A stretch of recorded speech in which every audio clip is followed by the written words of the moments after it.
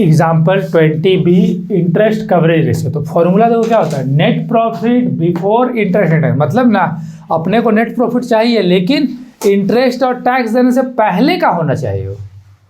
Interest और tax देने से पहले का, यानी नेट प्रॉफिट हमको चाहिए लेकिन इंटरेस्ट और टैक्स से पहले का होना चाहिए। मतलब ऐसे समझो, जैसे एक एग्जाम्पल समझाते हैं तुम लोग को।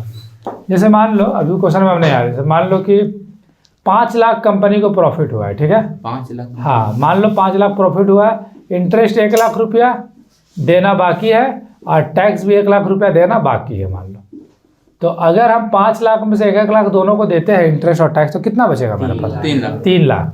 तो इस 3 लाख को हम क्या बोलेंगे? आफ्टर टैक्स एंड इंटरेस्ट बोलेंगे ना, कि भाई इंटरेस्ट और टैक्स के बाद ये कितना बचा? 3 लाख। तो अगर हम ये नहीं देते इंटरेस्ट और टैक्स तो पैसा कितना होता है? अगर हम नहीं देते तो 5 लाख। तो बस वही चाहिए बिफोर, ठीक है, बिफोर, पहले। तो देखा जाए तो हम अगर ऐसे बोले इसको कि बोलेंगे ये देखो तुम लोग net profit after interest and tax है, हमको चाहिए बिफोर, तो कैसे निकालेंगे? दोनों को इसमें जोड़ देंगे। तो बस वही बात है, बिफोर जब निकालना होगा तो याद रखना जोड़ना पड़ता है, ठीक है। क्वेश्चन में आफ्टर दे देगा, तुमको बिफोर निकालना है। जैसे देखो यहाँ question net profit after tax दे दिया है तो तुमको टैक्स जोड़ना पड़ेगा और इंटरेस्ट भी जोड़ना पड़ेगा।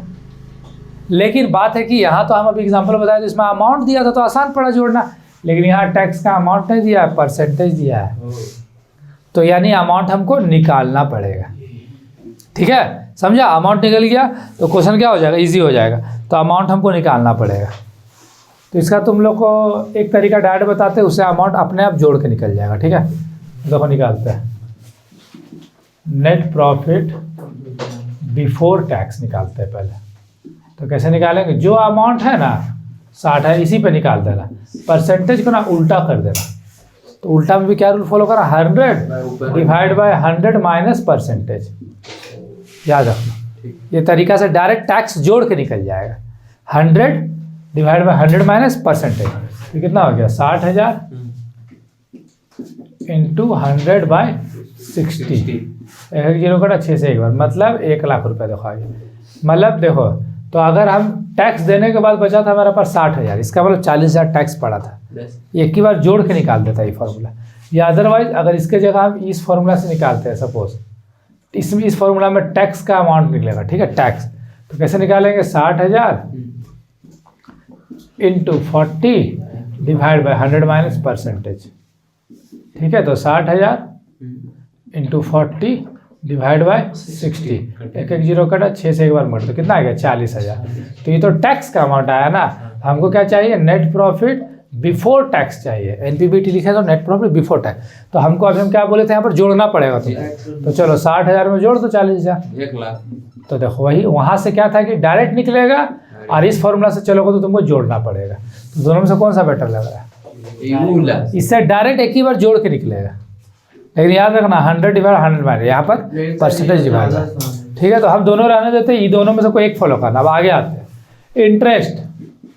इंटरेस्ट निकालना पड़ेगा। इंटरेस्ट और लॉन्ग टर्म डेट, ये भी तो जोड़ना है अभी ना। तो इसका अमाउंट कैसे निकालना? तो इंटरेस्ट निकालने का तरीका बहुत सिंपल है। लॉन्ग टर्म डेट क्वेश्चन में दिया रहेगा, जो भी उसका परसेंटेज रहेगा निकाल दो। तो 1 लाख का 10%, तो कितना आ गया? 1 लाख आ गया।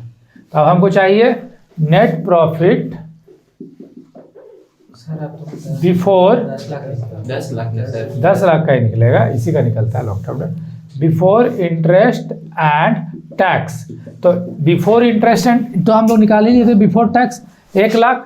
1 लाख में 1 लाख और जोड़ दो, ये इंटरेस्ट भी बिफोर हो जाएगा। तो ये कितना हो गया? मेरा 2 लाख हो गया। अब फॉर्मूला पुट कर दो।